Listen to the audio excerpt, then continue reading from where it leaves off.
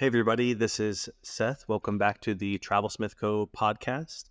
We are getting close to the end of our series on the journey, just planning everything from preparing for a trip to getting on the plane to entering in a country to being there and then how to return home.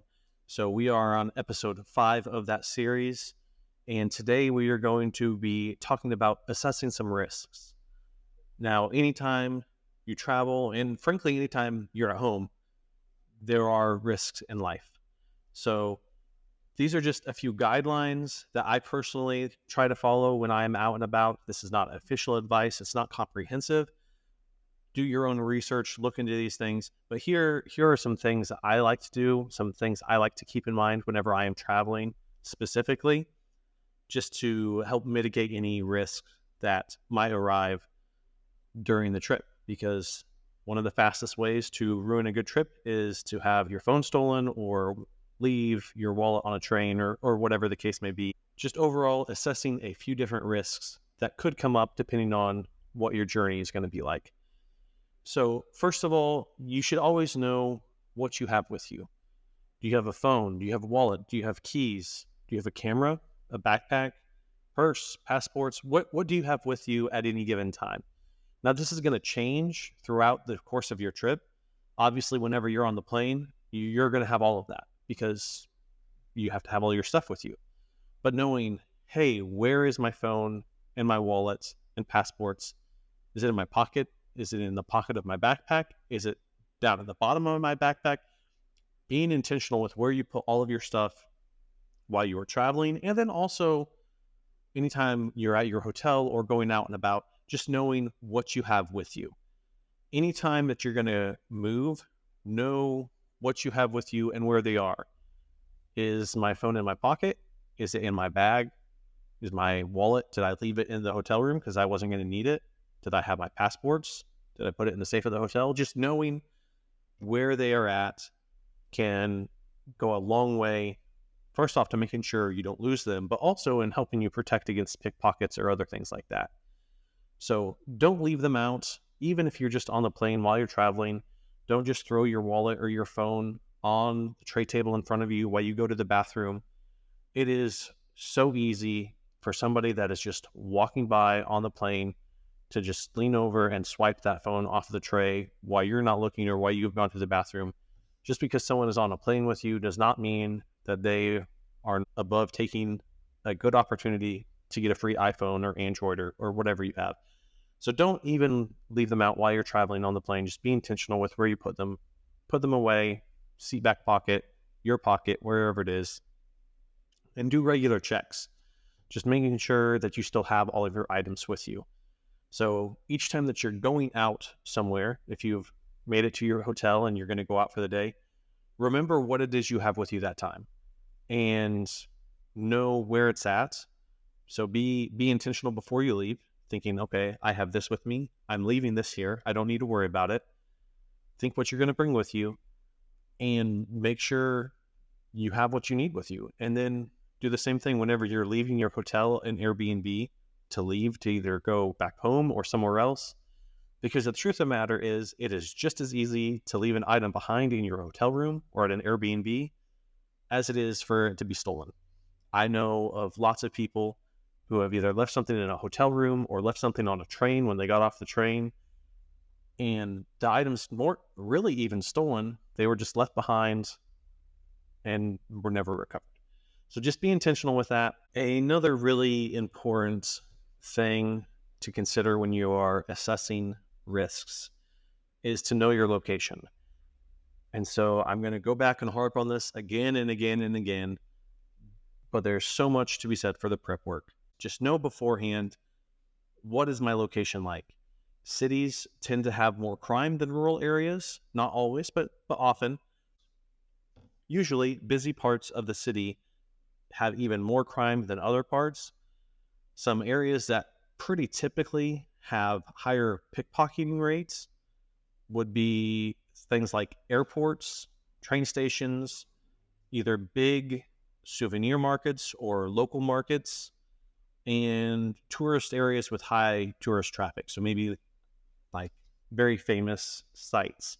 Anywhere that there's going to be a lot of people, and especially a lot of tourists, maybe even certain bus lines or train lines to and from the airport, are often known as having the higher pickpocket rates. Wiki Travel, as I've mentioned before, is a really good website.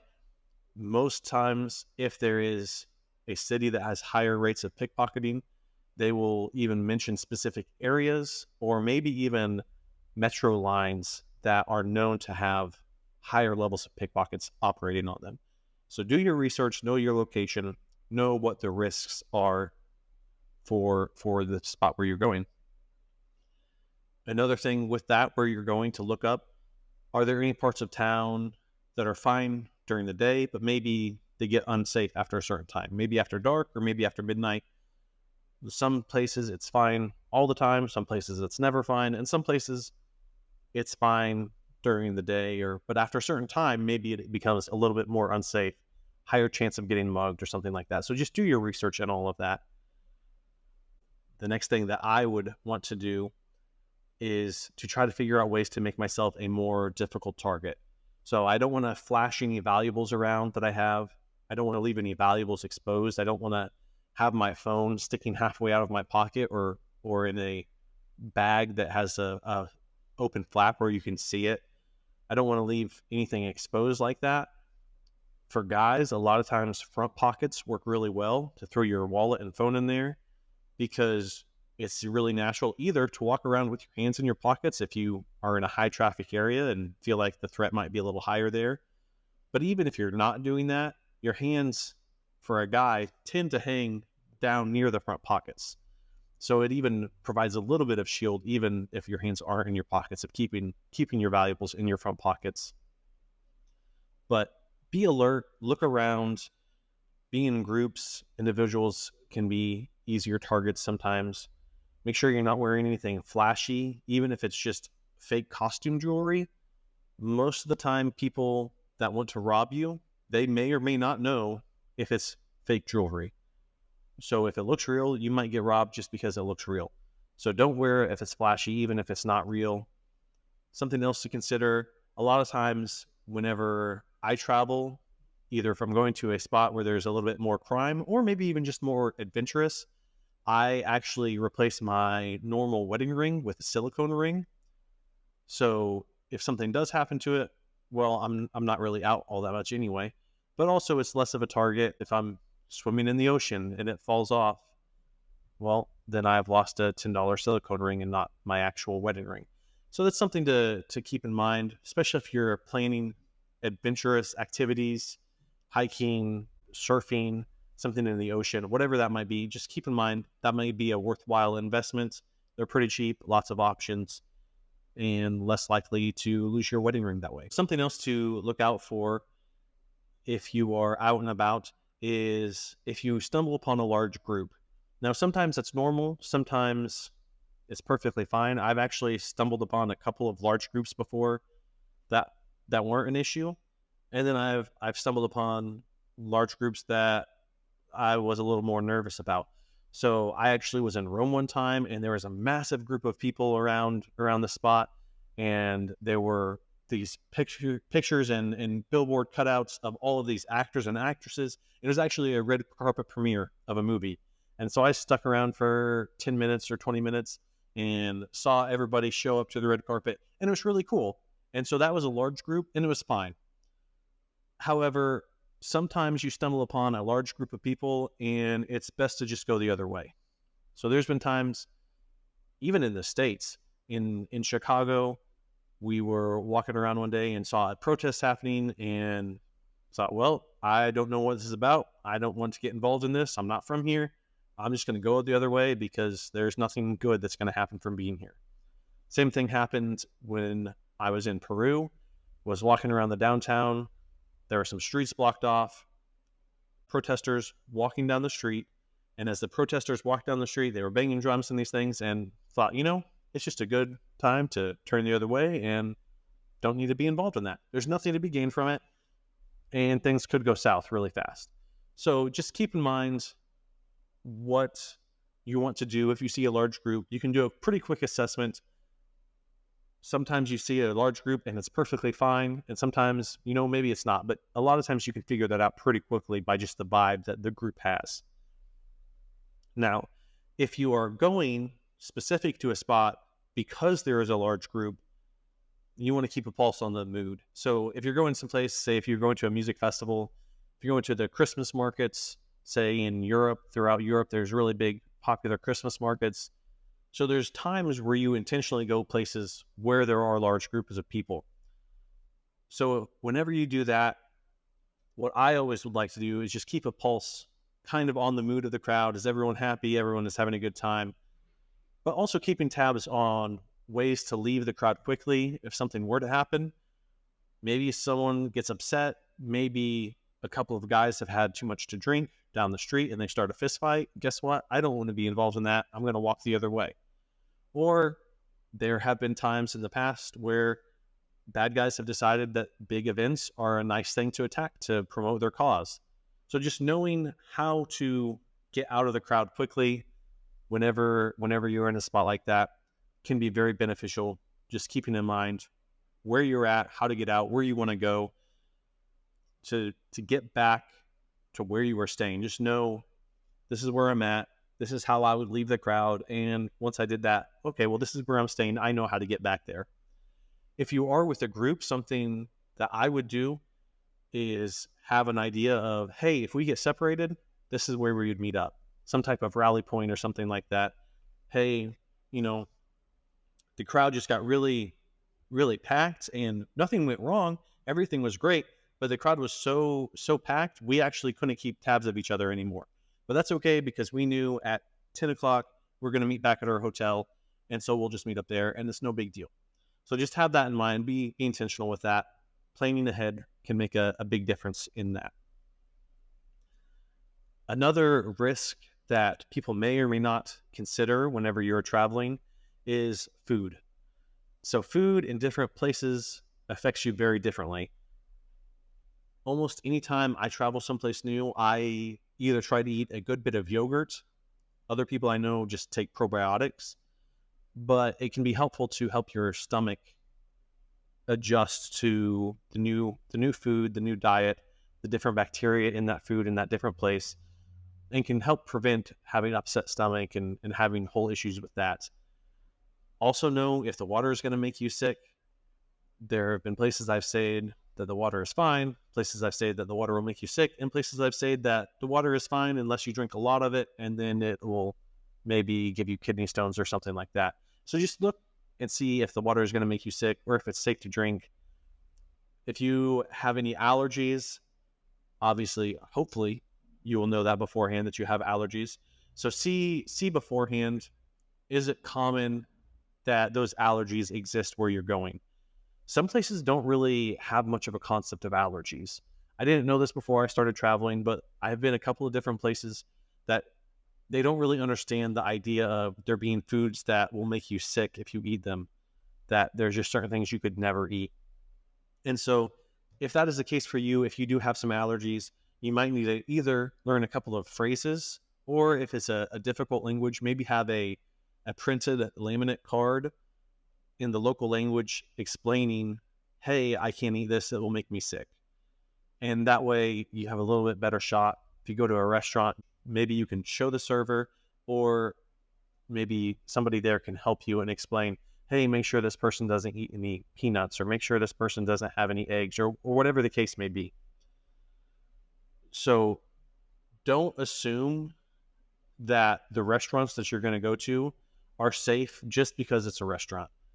We had some people who came and visit us one time, and they were very adventurous. So this is when I was living overseas, and they were very adventurous, and they went out and wanted to try all these different restaurants, and they got sick a lot because we hadn't explained to them, and it was partially our fault because we didn't explain that just because there was a restaurant in the city we were in didn't mean that there was somebody that was coming in making sure health and safety and sanitation standards were met there. So just because it was a restaurant didn't mean it wouldn't make you sick. So do be aware of that. Look and see maybe if it's very busy, if there's locals eating there, but kind of figure out, hey, what restaurants are safe to eat at where I'm going. that depends again where you're going. There's a lot of places that if it's a restaurant, it's going to be safe. But the further off grid you go and the more outward you go into less developed countries, the more likely you are to get to a place where restaurants aren't regulated in that way. So for that, for the food aspect, when all else fails, bring toilet paper. Things happen, but just be prepared and it'll be great. Just remember that the very uncomfortable things that are happening to you in that moment will one day make really, really good stories. And then you'll have great stories for the future. Another thing to keep in mind as you are at your local destination is something that's really basic, but a lot of people don't necessarily think about it. I had talked before about kind of seeing what is normal, what locals do, and mimicking that to some extent. Depending on where you're going, once again, Europe, not as much of a deal, but different places in Africa, South America, Middle East, Asia, seatbelts may or may not be as prevalent as they are, say, in the United States. But wear seatbelts while you're traveling. The number one cause of death for people who are traveling, expatriates, is vehicle crashes. And so wearing your seatbelt can help with that a lot. Doesn't take much effort, but it is one of the biggest causes for death whenever you are overseas. So also just keep in mind having an idea of what normal vehicle practices are safe. So I have had times where I was taking a taxi through the mountains and this guy was going on these cutbacks really fast. And at first I thought, wow, this is kind of fun. And then I kind of looked and saw how close we were getting to the edge. And then for the rest of the trip, all I was thinking is, wow, one blown tire and we're going off this edge because we're going 80 miles an hour on this really sharp turn on the side of a mountain. And in that case, okay, that might not have been the best taxi to get in. Another spot that I have been, the traffic was terrible. People drove crazy and people were kind of wild, but inside of town, there was always enough traffic that was always congested enough. There was a massive amount of fender benders, but the cars really couldn't get going fast enough to hurt the people inside other cars because you never go fast enough to do a lot of damage because they were so crowded. Now, once you left the city, it was different because you could go out on the open highway and people would go a little crazy.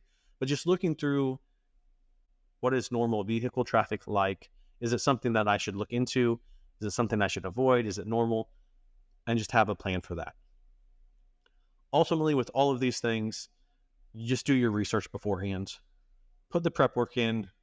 Try to keep yourself safe. Keep your valuables safe. Have a good trip. Be mindful of your surroundings. Just know what belongings you have with you and where they are. Pay attention and make good choices, and usually it's fine. But you can never be completely protected. Even though you can never be completely protected, common sense will get you a very long way in making you less of a target or of having food issues or water issues or whatever the case may be. Just having good common sense and being intentional with it really prepares you for how to deal with it if something should come up and you should need to practice some of these things that we've discussed today. So I hope you have enjoyed today's talk. Hopefully there's been something useful in there that will get you thinking about things you'll need to consider before traveling. Hopefully you don't ever have any issues with losing items, having stuff stolen, or anything like that. So thank you guys for listening again today. And we are looking forward to the final episode that is coming up soon. And we hope to see you then.